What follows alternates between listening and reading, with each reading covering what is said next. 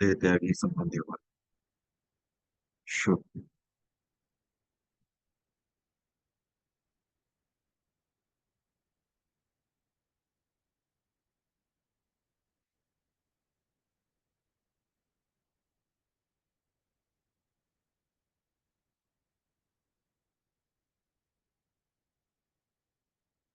शुभ। शिवांजू भजन। शुभ हो शुभ हो। प्यारे धर्म साथियों, हम सबको सूचना मिलती होगी श्रीमान श्रवण कुमार जी के बड़े दामाद श्रीमान NS अरोड़ा जी का कल देहांत हो गया। बहुत दुख भरी खबर है। बेचारे पहले भी काफी कष्टों से जूझ रहे थे। उनका परलोक में सब प्रकार से शुभ हो, सब प्रकार से मंगल हो, उनके लिए शुभकामना करें और बिछड़े हुए परिवार को धैर्य मिले, भगवान की ज्योति और बल मिले, सब पर शुभ हो। हे देह त्यागी संबंधी हमारे, करें मिल कामना शुभ की तुम्हारे, करें मिल कामना शुभ की तुम्हारे, सहायकारी करें रक्षा तुम्हारी, सहायकारी करें रक्षा तुम्हारी, गति हो शुभ मति हो शुभ तुम्हारी, गति हो शुभ मति हो शुभ तुम्हारी, मिले शांति तुम्हारे आत्मा को, मिले शांति तुम्हारे आत्मा को, मिले धैर्य पारिवारिक जनों को, मिले धैर्य पारिवारिक जनों को, विघ्न बाधा तुम्हारे नाश होवे, विघ्न बाधा तुम्हारे नाश होवे, शुभ संबंधी तुमको प्राप्त होवे, शुभ संबंधी तुमको प्राप्त होवे, सदा रक्षा हो जीवन की तुम्हारी, सदा रक्षा हो जीवन की तुम्हारी, गति होवे दिनों दिन उच्च तुम्हारी, गति होवे दिनों दिन उच्च तुम्हारी, हे देह त्यागी संबंधी हमारे, करें मिल कर कामना शुभ की तुम्हारे, शुभ हो शुभ हो शुभ हो शुभ हो। शुभ हो। सबको सदैव की जय। भगवान के चरणों में कोटि कोटि नमन। दिवंगत आत्मा को शांति मिले, उच्च जीवन मिले, उनका परलोक में शुभ हो। श्रद्धेय श्रीमान देवा सिंह जी के चरणों में प्रणाम। बहुत सुंदर भजन।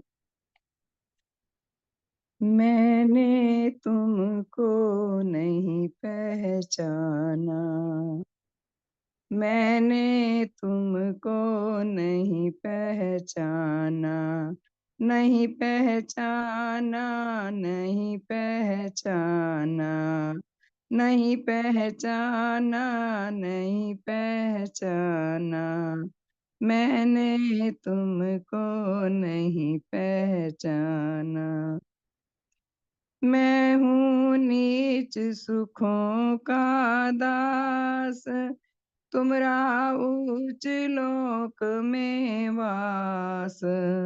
मैं हूँ नीच सुखों का दास, तुमरा उच्च लोक में वास। मेरे लिए सहज हो किस विध, रूप तुम्हारा सन्मुख लाना। मेरे लिए सहज हो किस विध, रूप तुम्हारा सन्मुख लाना। मैंने तुमको नहीं पहचाना, नहीं पहचाना, नहीं पहचाना। मुझ पापी से दुख उठा कर, भांति भांति के सदमे खाकर। मुझ पापी से दुख उठा कर, भांति भांति के सदमे खाकर। फिर भी मेरे शुभ चिंतक रहे, चाहो मुझ तक हित पहुँचाना।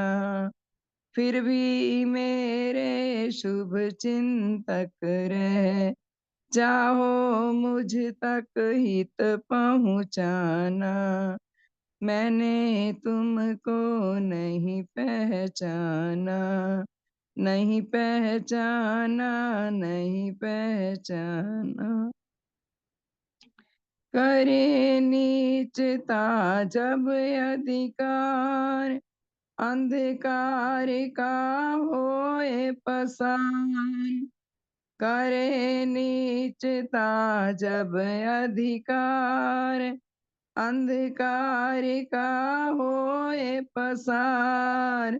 तब भी निज ज्योति पहुँचा कर, चाहो मुझको राह दिखाना। तब भी निज ज्योति पहुँचा कर, चाहो मुझको राह दिखाना। मैंने तुमको नहीं पहचाना, नहीं पहचाना, नहीं पहचाना। ज्योति तुमरी जब ही आवे, अंधकार मेरा मिट जावे। ज्योति तुमरी जब ही आवे, अंधकार मेरा अंधकार मेरा मिट जावे। उसमें ही मैं यह भी देखूं, मैंने तुमको नहीं पहचाना। उसमें ही मैं यह भी देखूं, मैंने तुमको नहीं पहचाना। मैंने तुमको नहीं पहचाना, नहीं पहचाना, नहीं पहचाना। मैंने तुमको नहीं पहचाना। धन्यवाद जी, सबका शुभ हो।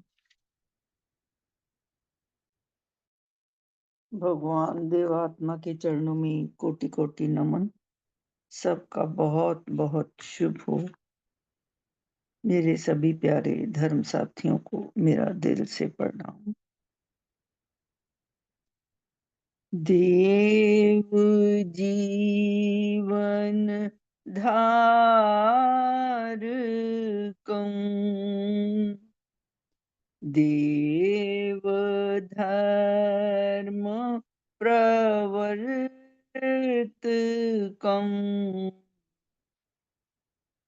देव जीवन धारकं,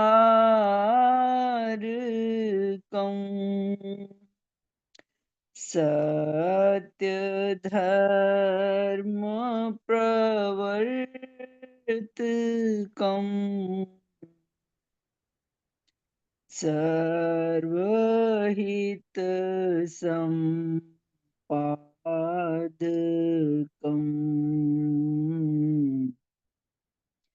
सर्वहितसम्पादकम् श्रीदेव गुरु नमामि।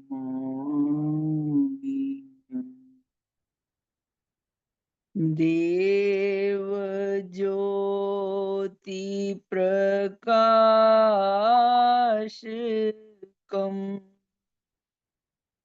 आत्मरूप प्रदर्शकम्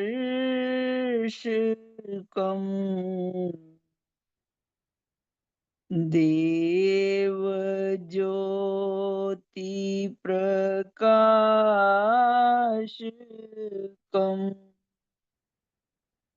आत्मरोग प्रदर्शकम्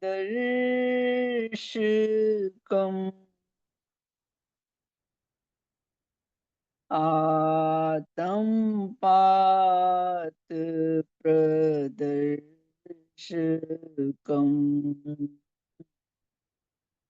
आतंक्षेम प्रदर्शकम्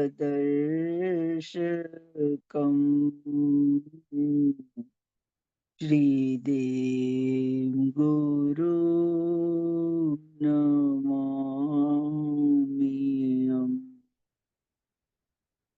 देव ज्योति प्रकाशकम्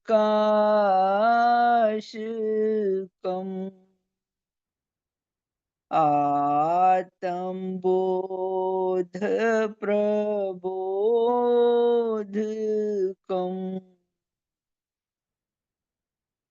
देव ज्योति प्रकाशकम्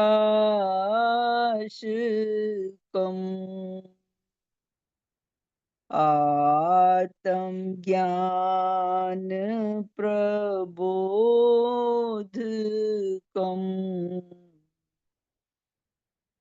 सत्य धर्म प्रबोधकम्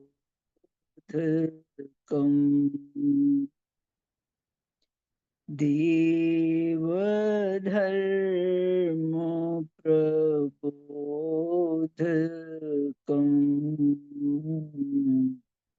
श्रीदेव गुरु नमामि।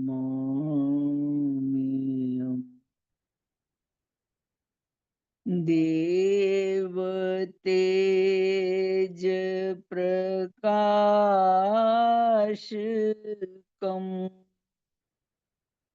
नीच राग विनाशकम्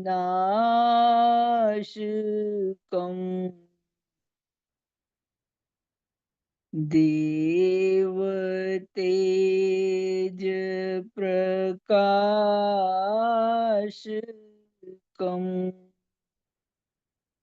नीच घृणा विनाशकम्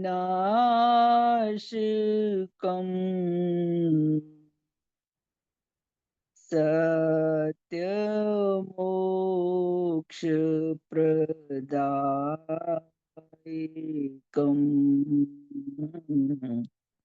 सत्य मोक्ष प्रदायकम् श्रीदेव गुरु नमामि।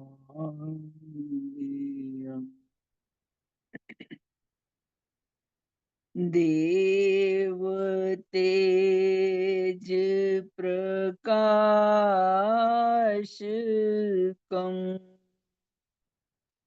उच्च भाव उत्पादकम् देव तेज प्रकाश कम उच्च राग उत्पाद कम उच्च रूप विकास कम उच्च रूप विकास कम श्रीदेव गुरु नमामि।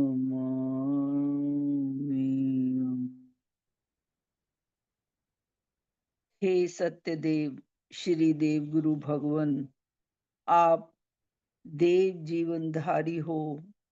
आप सत्य अर्थात देव धर्म के प्रवर्तक हो। आप सकल हितों के संपादक हो। हम अति तुच्छ दीनहीन आपके श्री चरणों में बारंबार नमस्कार करते हैं। हे परम पूजनीय सत्यदेव श्री देव गुरु भगवन, आप देव ज्योति के प्रकाशक हो। आप अपनी देव ज्योति के द्वारा आत्मा के रूप, उसके रोगों, उसके पतन और उसकी कुशल को दिखाते हो। आप आत्मबोध व आत्म ज्ञान और सत्य व देव धर्म के प्रबोधक हो। हम आपके इस आत्मिक रूप दर्शाता, रोग दर्शाता, आत्मिक पतन दर्शाता रूप को सन्मुख लाकर अति तुच्छ दीनहीन आपके अति पवित्र श्री चरणों में बारंबार नमस्कार करते हैं। हे परम पूजनीय सत्यदेव श्री देव गुरु भगवन, आप देव तेज के प्रकाशक हो। आप अपने देव तेज के द्वारा आत्मा के नीच अनुरागों और नीच घृणाओं को नष्ट करते हो और आत्मा के सत्य मोक्ष दाता हो। हम अति तुच्छ दीनहीन आपके सत्य मोक्ष दाता रूप को सन्मुख लाकर आपके अति पवित्र श्री चरणों में बारंबार नमस्कार करते हैं। हे परम पूजनीय सत्यदेव श्री देव गुरु भगवन, आप देव तेज के प्रकाशक हो। आप अपने देव तेज के द्वारा आत्मा में उच्च भावों और उच्च अनुरागों को उत्पन्न करते हो और आत्मा में उच्च रूप व उच्च जीवन का विकास करते हो। हम सब आपके उच्च जीवन विकास करता, उच्च रूप दर्शाता रूप को सन्मुख लाकर अति दीनहीन आपके अति पवित्र श्री चरणों में बारंबार नमस्कार करते हैं, बारंबार नमस्कार करते हैं। सबका शुभ हो।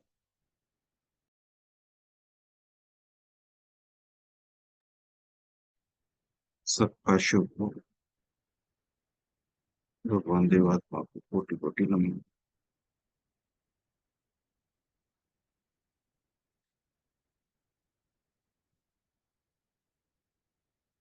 कुछ पल अपनी आंखें बंद करके वर्तमान में आते हैं। अपने समक्ष भगवान को महसूस करते हैं। उनको धन्यवाद करते हैं कि जो आज हमारा दृष्टिकोण है, देखने का नजरिया है, सब उन्हीं की ज्योति का प्रभाव है। आज जिन घटनाओं को हम देख रहे हैं, उसके पीछे कुदरत हमें क्या सिखाना चाहती है, कुदरत हमें क्या बताना चाहती है, हम समझ पा रहे हैं।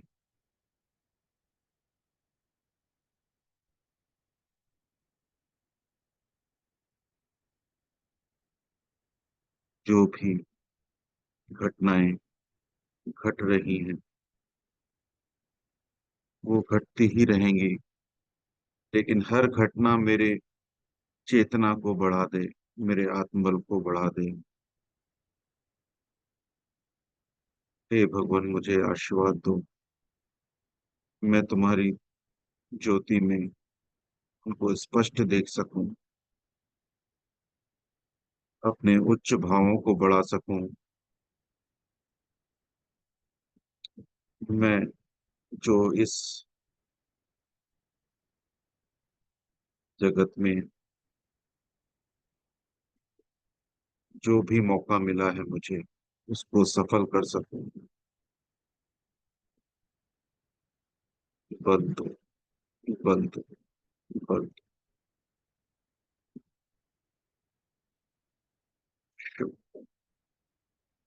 सभी आंखें खोलते हैं।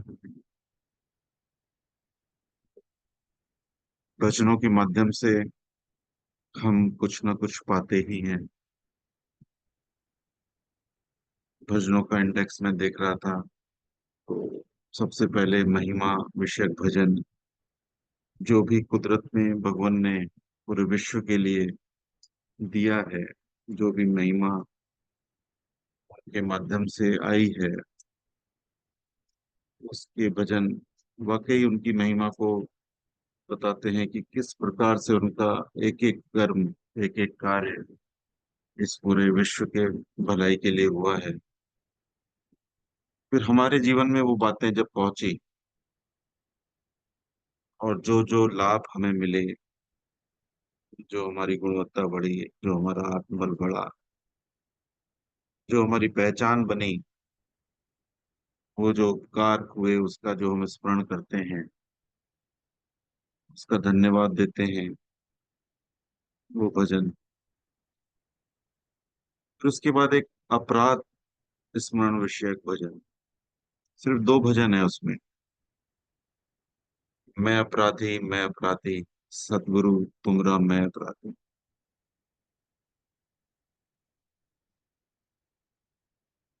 कि उस शिक्षा को जानकर और समझ को जी जानकर हम जो जीवन जीते हैं, उसमें भी कहाँ कहाँ हमसे भूलें हो जाती हैं, कहाँ कहाँ हम भुला देते हैं अपने गुरु को। तो मैं अपराधी महसूस करता हूं तो फिर उनसे मैं निकल सकता हूँ। उस अपराध को हमें महसूस करना है। मैंने तुमको नहीं पहचाना, बहन जी ने भजन गाया।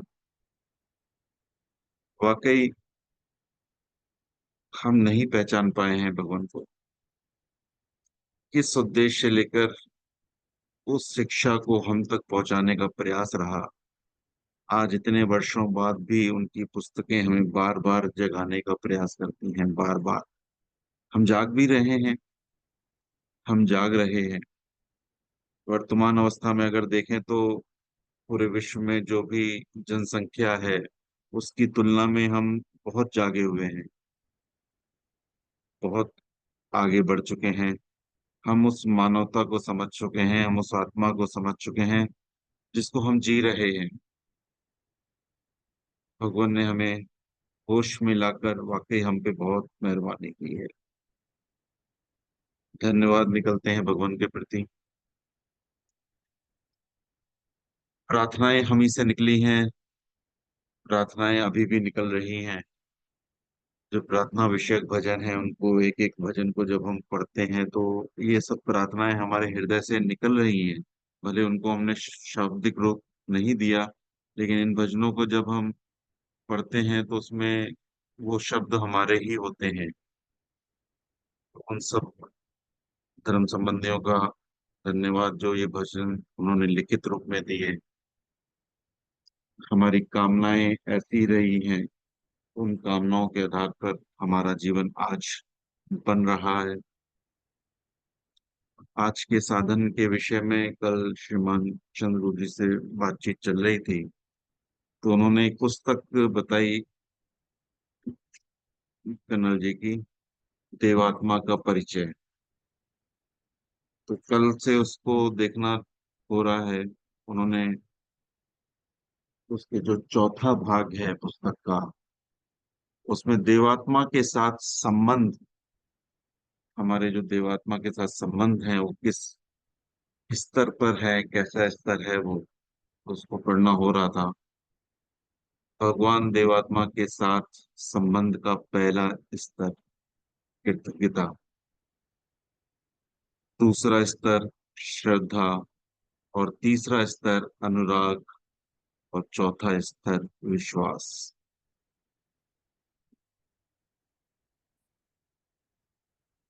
इन चारों स्तरों पर जब पठन चल रहा था, तो पुस्तक को जब शुरू से पढ़ना हुआ, तो वाकई आप सबने तो इसको पहले पढ़ा होगा, कई बार पढ़ा होगा, लेकिन मेरे लिए, हालांकि देखा इस पुस्तक को है, लेकिन इस तरीके से कभी पढ़ना नहीं हुआ। तो मैं चाहूंगा उसके शुरू से कुछ पंक्तियों पे पठन किया जाए, क्योंकि जो अपराध विषय चल रहा था ना, मैंने नहीं पहचाना, वाकई वो मैं खुद को महसूस कर रहा हूँ कि ये पुस्तक मेरे हाथ में काफी समय से आई है, लेकिन उसको इस तरीके से देखना नहीं हुआ या समझने का प्रयास नहीं हुआ। तो जब भी हम साधन की तैयारी करते हैं तो उसको समझने का प्रयास करते हैं, उसमें लाभ हमारा होता ही है। जो साधन करता है उसका लाभ तो होता है, लेकिन जो श्रोता है वो भी उस बात को समझने का प्रयास करते हैं। तो आज उसकी भूमिका को पढ़ते हैं, उस पुस्तक में जो कन्नड़ साहब ने भूमिका लिखी है उसके शब्दों को थोड़ा सा ध्यान देते हैं। मनुष्य जीवन के लिए इससे बड़ा और कोई वरदान नहीं कि उसे किसी अपने से अति श्रेष्ठ आत्मा के साथ संपर्क, संगत और योग हो। इस दो लाइन ने हमारा यहाँ होने का उद्देश्य क्लियर कर दिया कि हम सबका ये सौभाग्य है कि हम यहाँ उन विषयों को सुनते हैं जो अति श्रेष्ठ आत्मा के द्वारा बताए गए हैं, और हम सब का ये सौभाग्य है कि हम इसमें बैठ पा रहे हैं, इसको सुन पा रहे हैं। आगे बढ़ते हैं। भावुक सात्विक मनुष्य ऐसे उच्च संपर्क और संगत में अपने जीवन का अर्थ, मूल्य, सफलता और मोक्ष अनुभव करते हैं। हम सबको हम सबको खुद से चिंतन करना चाहिए कि यहाँ बैठ के जो समय हम गुजारते हैं उसमें हमें अपने जीवन का अर्थ निकलता है, हमारे मूल्य बढ़ते हैं, हमारे जो मूल्य हैं, कीमती मूल्य, और सफलता महसूस होती है कि जीवन की सफलता है। ये जो शब्द हमारे कानों में पड़ रहे हैं और जो हमें प्रेरणा दे रहे हैं कि हम इसको जांचें, अपने अंदर जांचें। रोज के साधन हमें अपने अंदर देखने को बोलते हैं कि हम अंदर जांचें कि मेरी अवस्था पहले से श्रेष्ठ होती जा रही है, और मोक्ष अनुभव करें और उनका गान करते हैं, उनका मंगल मानते हैं। यह पुस्तक ऐसे सौभाग्यवान पाठकों के लिए लिखी गई है जो या तो अति द्वितीय इष्ट देव की खोज में है। ये पुस्तक किनके लिए लिखी गई है? जो ऐसे अति श्रेष्ठ इष्ट की देव की खोज में है, या ऐसे पाठकों के लिए हैं कि जिनको अति अद्वितीय इष्ट देव तो प्राप्त हैं। ध्यान से सुनिएगा, कि ऐसे पाठकों के लिए हैं जिनको अति अद्वितीय इष्ट देव तो प्राप्त हैं, और वह उनके प्रति श्रेष्ठ जीवन को ज्यादा से ज्यादा समझने, सराहने और उनके साथ योग करने की प्रबल इच्छा रखते हैं। वाकई ये तीन बातें हमारे अंदर से निकलनी चाहिए कि हमें उनको समझने की इच्छा है, उन बातों को सराहने की इच्छा है, कि जो बातें हम समझ गए उनको सराह पाएं और उनके साथ योग कर पाए, यानी उस बातों को हम स्वयं के जीवन में जी पाएं और गुरु से जुड़ के जी पाएं। हम ऐसे सौभाग्यवान धर्म अभिलाषियों को अपने महान गुरु भगवान देवात्मा से परिचित कराते हैं, ताकि वह स्वयं देख सकें कि किस प्रकार भगवान देवात्मा सब अधिकारी आत्माओं के मोक्ष और विकास के लिए एकमात्र सत्य देव है। भगवान की जो शिक्षाएं हमने अभी तक जानी हैं, जो समझी हैं, जो जी हैं, तो वाकई हम अपनी आत्मिक अवस्था को खुद महसूस कर सकते हैं कि वाकई वो शिक्षा हमारे जीवन को कहाँ से कहाँ ले आई। वो देवात्मा कितने श्रेष्ठ हैं, कितने हमारे धन्यवाद के पात्र हैं। उनको जितना भी हम धन्यवाद करें कम है। ना तो ये अवस्था मेरे जीवन में संभव ही नहीं थी। आज पूजा के दिन उनको हम धन्यवाद करते हैं। उन सब उपकारों को आज के दिन अपनी जो कॉपी है उसमें हम लिखें कि हमने क्या क्या शिक्षाओं से क्या क्या उपकार पाए हैं। एक एक हम लिखें आज दिन भर। आज हमारा चिंतन उसी पर चले कि उनकी किन शिक्षाओं से मेरे पे उपकार हुए हैं, कौन से ऐसे उच्च भाव मेरे में बढ़ गए हैं, कौन से संबंध मेरे निखर गए हैं, मेरी काबिलियत कितनी बढ़ गई, मेरी योग्यता कितनी बढ़ गई, मैं पहले कहाँ था और आज कहाँ हूँ, मेरी आत्मिक अवस्था कैसी हो गई। उन सब को लिखें और फिर उनको धन्यवाद करें। वाकई उन सब धर्म संबंधियों का जिनके माध्यम से ये सब बातें हम तक पहुंची हैं।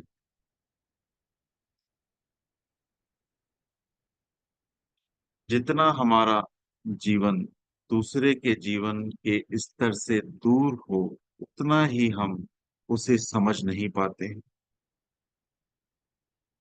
बहुत ही विशेष लाइन है। जितना हमारा जीवन दूसरे के जीवन के स्तर से दूर हो, उतना ही हम उसे समझ नहीं पाते हैं। चाहे हमारे अनुभव और उसके अनुभव में कुछ समानताएं भी क्यों ना हो, दोनों के अनुभव भले सामान्य हो, लेकिन अगर हमारे जीवन का स्तर, जीने का स्तर अगर दूर है, तो हम उसको समझ नहीं पाते। उसको समझाने का प्रयास किया आगे पुस्तक में। एक वैज्ञानिक और एक अनपढ़ के इंद्रिय अनुभव समान है। एक वैज्ञानिक और एक अनपढ़ के इंद्रिय अनुभव समान है। वह दोनों इंद्रिय अनुभवी दुनिया से परिचित हैं। दोनों की जो इंद्रियां हैं वो जो भी दुनिया है उससे परिचित हैं। आगे बढ़ते हैं। एक वैज्ञानिक और एक अनपढ़ की घटनाओं के समझने की विधि आकार रूप में से एक है। एक अनपढ़ व्यक्ति भी वैसा ही समझने का प्रयास करता है जैसा वैज्ञानिक। आगे इस बात को समझते हैं। जब कोई घटना होती है तो वह दोनों उस घटना की जांच करते हैं। उस घटना के कारण के प्रति कोई परिकल्पना बांधते हैं। उस परिकल्पना के नतीजे निकालते हैं और इन नतीजों की परख करते हैं। मान लो घर का ताला टूटा सा दिखता है।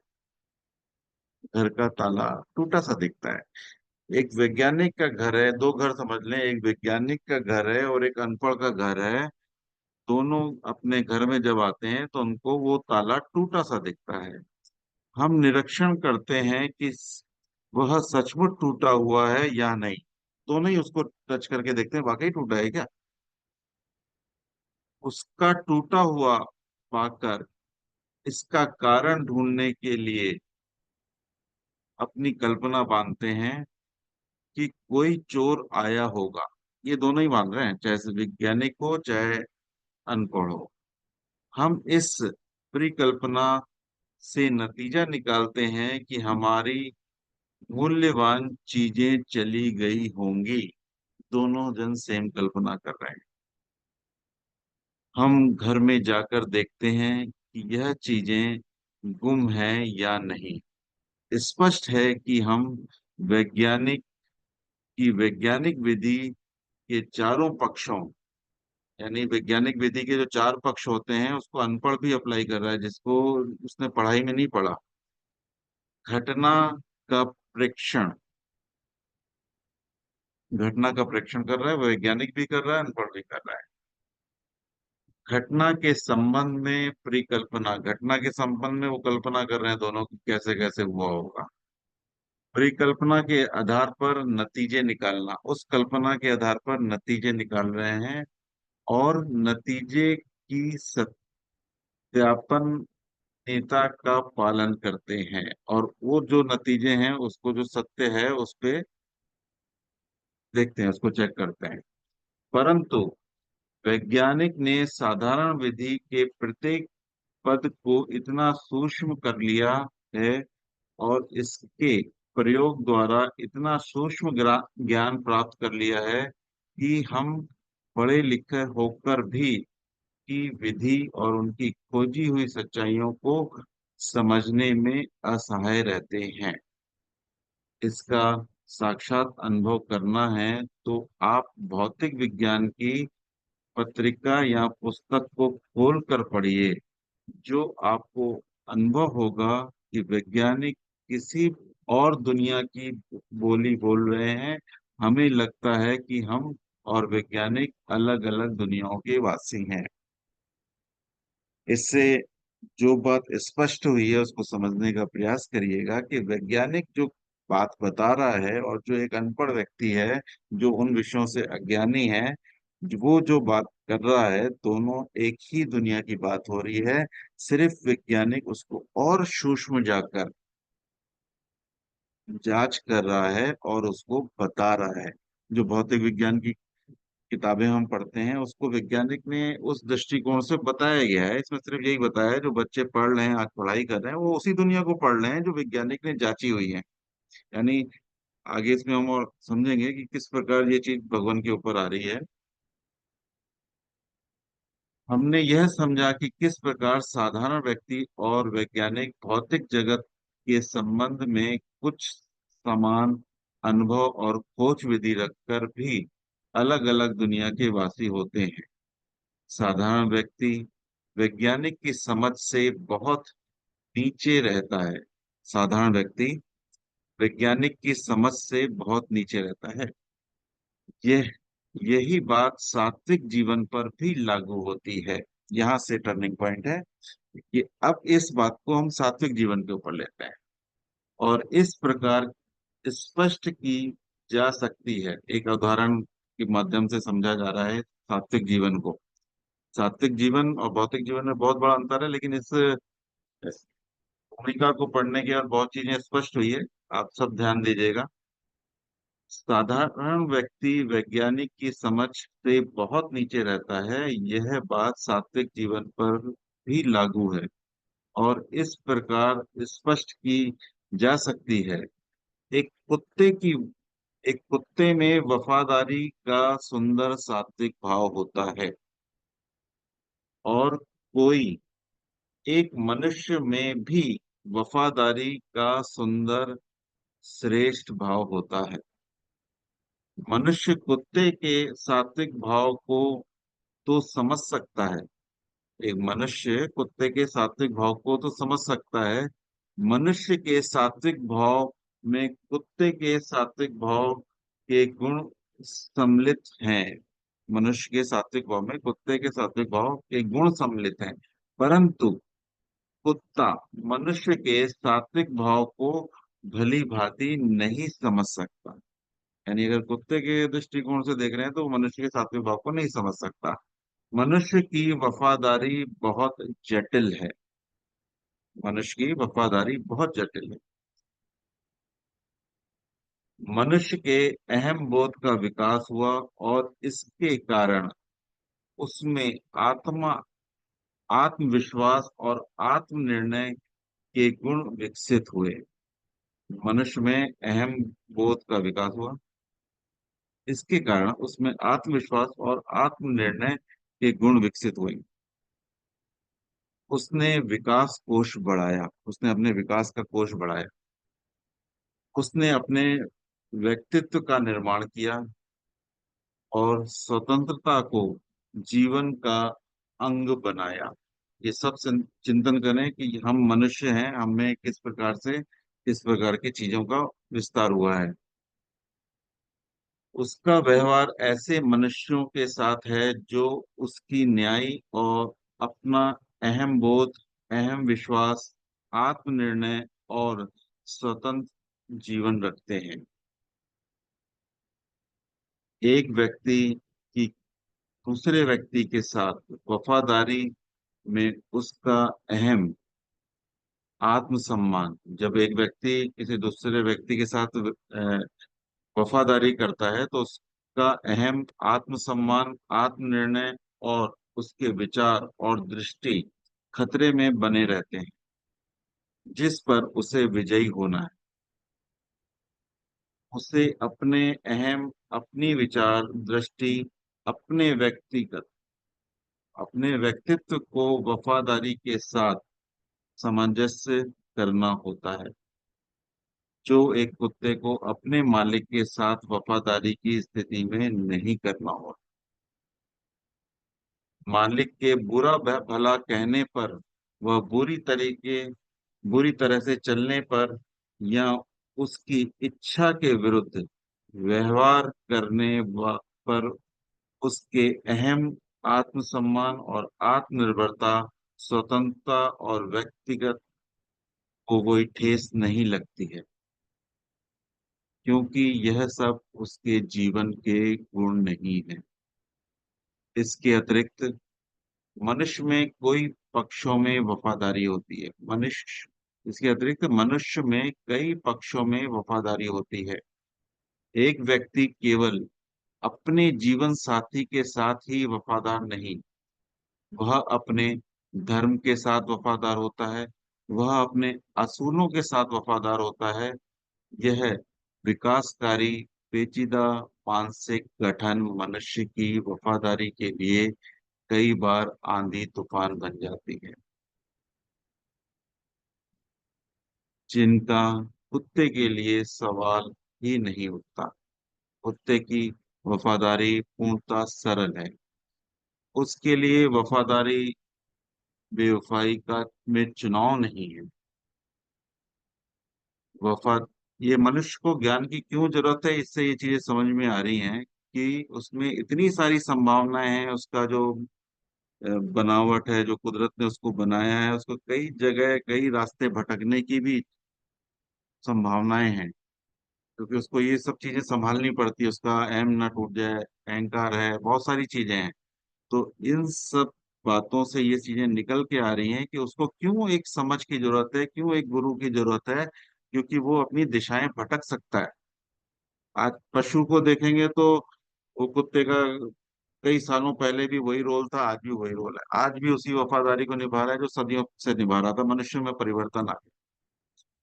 तो इस पुस्तक को जब मैं पढ़ रहा था, अभी तो चलो पढ़ने में आ रहा है तो कई चीजें स्लिप हो जाती हैं, लेकिन सभी जन इस पुस्तक को दोबारा से स्टडी करेंगे। हम इस पे एक काम भी कर सकते हैं कि इसमें जो आगे चीजें पढ़ी हैं वो मैं पढ़ता हूँ।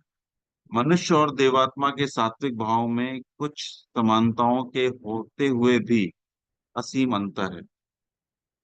इसमें किस प्रकार से धीरे से एक स्तर बढ़ाते बढ़ाते भगवान देवात्मा पे लाया गया है कि किस प्रकार भगवान देवात्मा की जो उपलब्धियां हैं, जो उनमें देव ज्योति है, देव तेज है, किस प्रकार उनका आम जन से जीवन भिन्न है। उनमें जो विशेषताएं हैं वो स्पष्ट इससे समझ में आती हैं, और कैसे हम उस दिशा में आगे बढ़ते बढ़ते बढ़ते बढ़ते धीरे धीरे अपने प्रयासों से अपने आत्मा के बल को बढ़ाते हैं। मनुष्य और देवात्मा के सात्विक भावों में कुछ समानताओं के होते हुए भी असीम अंतर है। हम मनुष्य के सात्विक भाव रखकर भी देवात्मा के सात्विक भावों को समझने में असहाय हैं, क्योंकि उनके सात्विक भाव हित और सत्य अनुराग में स्थित हैं। उनके सात्विक भाव हित और सत्य अनुरागों में स्थित हैं, जैसे मनुष्य के सात्विक भाव पशुओं के सात्विक भावों से सोच विचार मूल्यों की समझ और सराहने और सामाजिक जीवन में स्थित हैं। हम इसलिए अपने आप अपनी योग्यताओं द्वारा उनके सात्विक भावों के गुणों को नहीं जान सकते।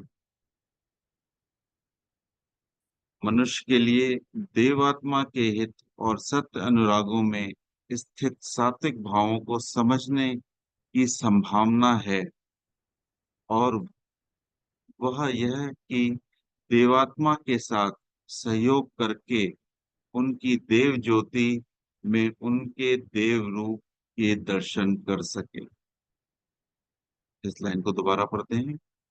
मनुष्य के लिए देवात्मा के हित और सत्य अनुरागों में स्थित सात्विक भावों को समझने की संभावना है। हमारे प्रयास हमें उस दिशा की ओर ले जा रहे हैं, और वह यह कि देवात्मा के साथ सहयोग करके, उनके साथ सहयोग करना यानी उनकी शिक्षाओं को समझकर जीना। जितना हम जीते जाएंगे उनकी देव ज्योति और उनके देव रूप के दर्शन कर पाएंगे। और वो सब ये जीवन जी चुके हैं, जो वो हमें बता रहे हैं कि आप उस जीवन को जियो, वो उसको जी चुके हैं। और जैसे जैसे हम उस जीवन की तरफ आगे बढ़ते हैं, हमारे जो अनुभव बनते हैं, हमारी जो फीलिंग्स बनती हैं, वो उनके देव रूप के दर्शन हमें करा देती हैं कि कैसे उनका देव रूप धन्य हुआ। आज तो हमारे मार्गदर्शक के रूप में वो हैं, लेकिन ये सब अनुभव उन्होंने स्वयं अपनी शक्तियों से लिए। हम अपनी योग्यता को खूब जानते हैं, हम अपनी अयोग्यता को खूब जानते हैं कि सत्य और शुभ मूलक जीवन को दर्शाना कितना कठिन है। मनुष्य की ज्ञान बुद्धि एक रिले दौड़, इस पे ध्यान दीजिएगा।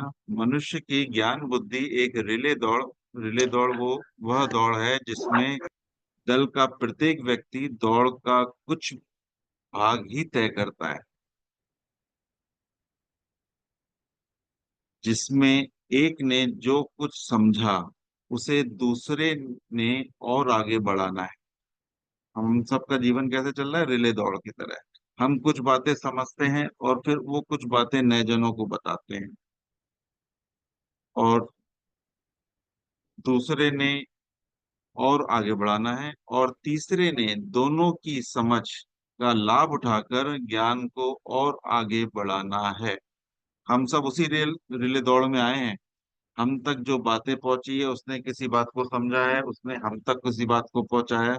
फिर हम कुछ और ज्यादा चिंतन करते हैं और ज्यादा मनन करते हैं, तो इस बात को और आगे पहुंचाने का प्रयास करते हैं। तो जितना हमारा चिंतन मनन चलेगा, तो हम और ज्यादा बेहतरीन उस रिले दौड़ के हिस्से बने रहेंगे। हम इस रिले दौड़ में भागी हैं। अब हमने अपने अनेक उच्च देवधर्मी साधकों से बहुत कुछ ज्ञात और अज्ञात रूप में देव रूप के बारे में सुना और जाना है। सभी उनको धन्यवाद करते हैं कि हमने जिनके माध्यम से भी जितना भी जाना है, कुछ ज्ञात कुछ अज्ञात रूप से देव रूप के बाद जाना है, उसके लिए धन्यवाद। हमने अपनी योग्यता के अनुसार इस रिले दौड़ में अपना भाग लिया है। हम सब ने अपनी अपनी योग्यता के हिसाब से इस रिले दौड़ में अपना भाग लिया। भविष्य में इस रिले दौड़ में भाग लेने वाले ही बता सकेंगे कि हमने अपना भाग ठीक निभाया है या नहीं। भविष्य में इस रिले दौड़ में भाग लेने वाले ही बता सकेंगे कि हमने अपना भाग ठीक तौर पे निभाया है कि नहीं। यानी जो आने वाली पीढ़ी है, जो आने वाला वक्त के लोग हैं, वो ही बता पाएंगे कि वो बात उस तक पहुंची कि नहीं पहुंची। यानी मेरा जो हिस्सा चल रहा है, मेरा जो वर्तमान भाग चल रहा है, उसमें मैं भगवान की शिक्षा को जितना गहराई से जानकर, समझकर, जीकर अगर प्रस्तुति दूंगा, प्रेजेंटेशन दूंगा, तो उसके आधार पर मेरे बच्चे, मेरे आसपास के समाज के लोग, मेरे मिलने वाले, मेरे मित्रगण उस बात को समझ पाएंगे और उसको जी पाएंगे। तो वो ही बता पाएंगे कि कैसे मैंने अपने भाग को पूरा निभाया नहीं निभाया। तो भगवान ने जो भी हमें ज्ञान दिया, आज जो भी उनकी पुस्तकों के माध्यम से हम समझ पा रहे हैं, उसमें हमें और विस्तार करना है और उसको जीना है। और इस पुस्तक को सभी जरूर निकालें जिनके पास भी है। बाय द वे किसी के पास नहीं है तो अवश्य वो मंगवाएं। तो मैंने देखा है इसमें पूरा, इसमें बहुत ही अच्छे शब्दों में कन्नल जी ने लिखा है। और आगे भी जो चैप्टर आएंगे हमारे अगले संडे में भी इनको अध्ययन करेंगे। इसका पूरा इंडेक्स बहुत ही अच्छा है, समझने वाला है। तो इसको हम आगे पठन करेंगे। आज का समय यही समाप्त हुआ है। तो देव आरती गा के आज के साधन को हम पूर्ण करते हैं, लेकिन इसको हम कंटिन्यू करेंगे आने वाले वक्त में। देवात्मा का परिचय जो आज सुदेश बहन जी ने अपराध मतलब भजन गाया, उसका ये जवाब है। इसको हमें पूरा समझना है। तो उनके जीवन को समझकर और समझेंगे तब हम जब अपने जीवन के स्तर को, उसके शिक्षा को अपने जीवन में उतारते जाएंगे और इसको हम ज्यादा समझते जाएंगे। तो ये दोनों एक दूसरे के मैच करेंगी चीजें। हम समझते जाएंगे, जीते जाएंगे, समझते जाएंगे, जीते जाएंगे, ये क्रम चलता रहेगा। सबका बहुत बहुत धन्यवाद। कोई अगर भूल चूक हुई हो तो उसके लिए क्षमा कर। देवारती कौन गा रहे हैं? मैं गाती हूँ श्रीमान ठीक है, शुभ। जी। जय जय देव गुरु, जय सत्य और शुभ अनुरागी, जय देव रूप धारी, सत्य और शुभ के हेतु, एक अतुल त्यागी। जय जय देव गुरु, जय मिथ्या और अशुभ संग, अतुल युद्ध करता, उन्हें पराजित करके सत्य की जय करता, शुभ की जय करता। जय जय देव गुरु, जय देव ज्योति से पूरण, जय देव ज्योति दाता,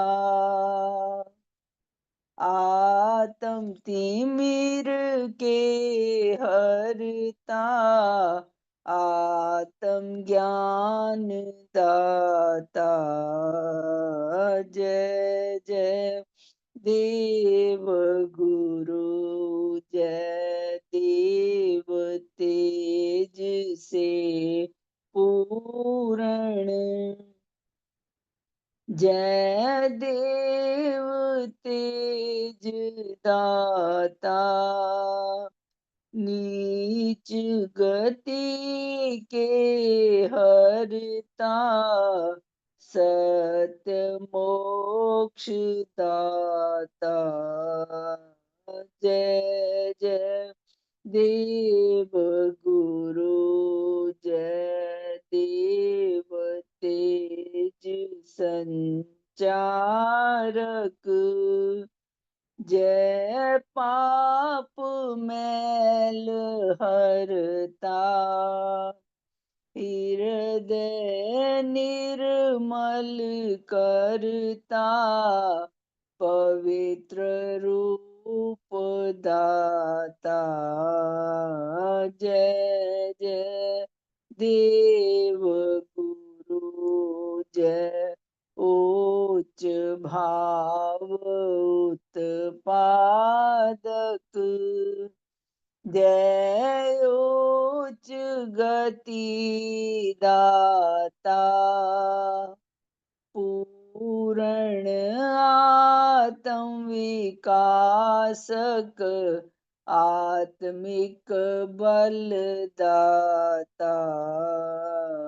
जय जय देव गुरु, जय सकल सत्य के पोषक, जय सब मिथ्या हरता, सकल हितों के साथी, समुचित सुख दाता।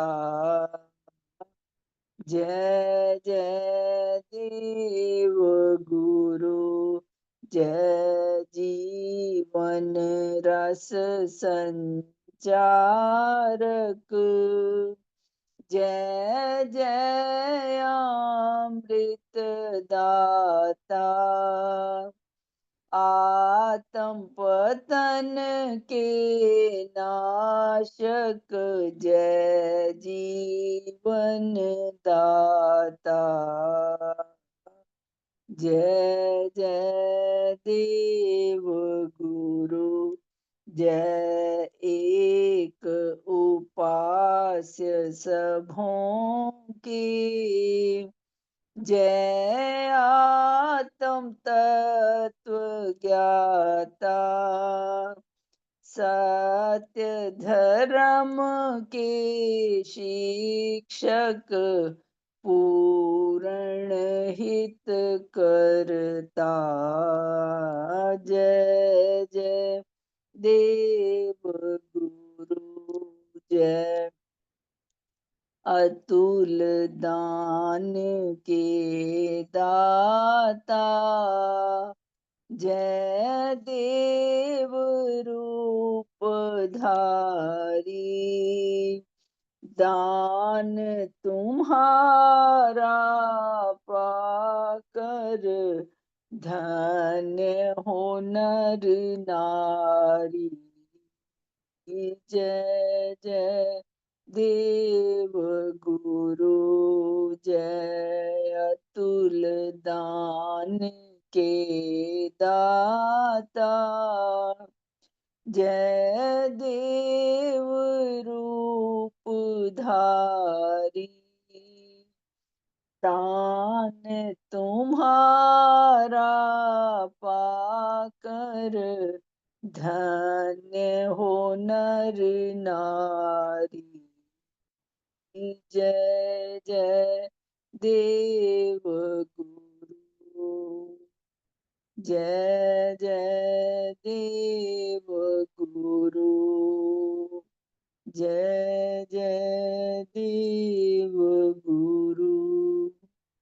भगवान देवात्मा की जय, भगवान देवात्मा की जय, भगवान देवात्मा की जय, भगवान देवात्मा की जय। सबका शुभ हो, सबका शुभ। सबका शुभ हो, सबका भला हो, सबका मंगल हो, सबका कल्याण हो। ये देवात्मा का परिचय पुस्तक श्रीमान जी ने पढ़ी, श्रद्धेय काका जी के वंडरफुल पुस्तकों में से एक है। ये मुझे बहुत प्रिय है। जब ये छपी थी तभी से मैं इसको पढ़ता आ रहा हूँ। इतनी शानदार है। भगवान देवात्मा के देव रूप का इतना सूक्ष्मता से विश्लेषण किया गया है और हमारा जीवन मार्ग इतना सरल कर दिया गया है। इस पुस्तक के माध्यम से भी हमें बहुत कुछ सीखने को मिलता है और देवात्मा के देव रूप के प्रति हमारी कृतज्ञता गाढ़ रूप में बढ़ सके, श्रद्धा गाढ़ रूप में बढ़ सके, भगवान के देव रूप के प्रति आकर्षण गाढ़ रूप से बढ़ सके और विश्वास गाढ़ रूप से बढ़ सके, हमें एक बहुत अच्छा स्थायित्व प्रदान करती है।